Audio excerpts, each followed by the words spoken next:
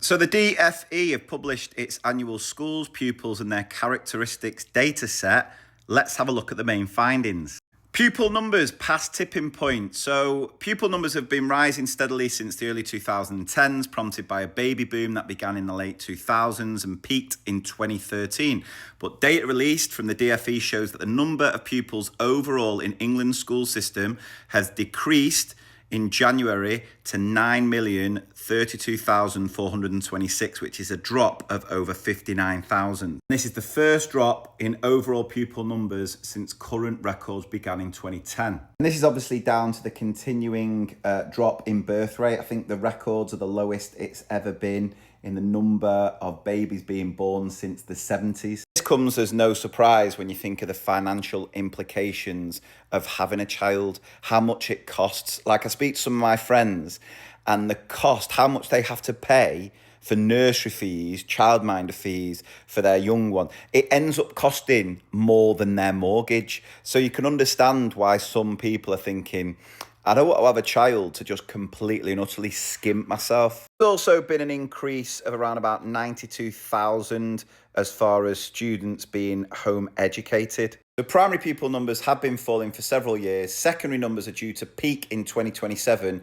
before falling as the population bulge moves out of compulsory education. My worry with this is that we will see less money going into education. Budgets will be squeezed even more if there's not as many places being fulfilled, and that could potentially then lead to job losses if not as many teachers are needed because there's not as many pupils in schools. Another interesting finding is that for the first time ever, academies outnumber maintained schools.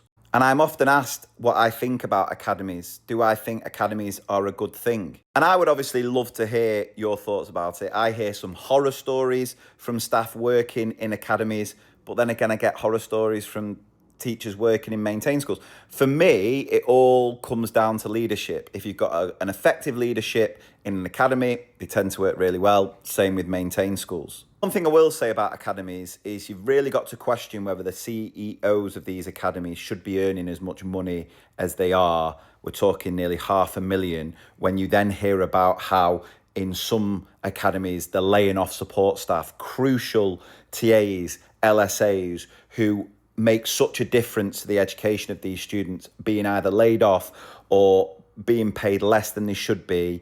That is definitely something that needs to be addressed.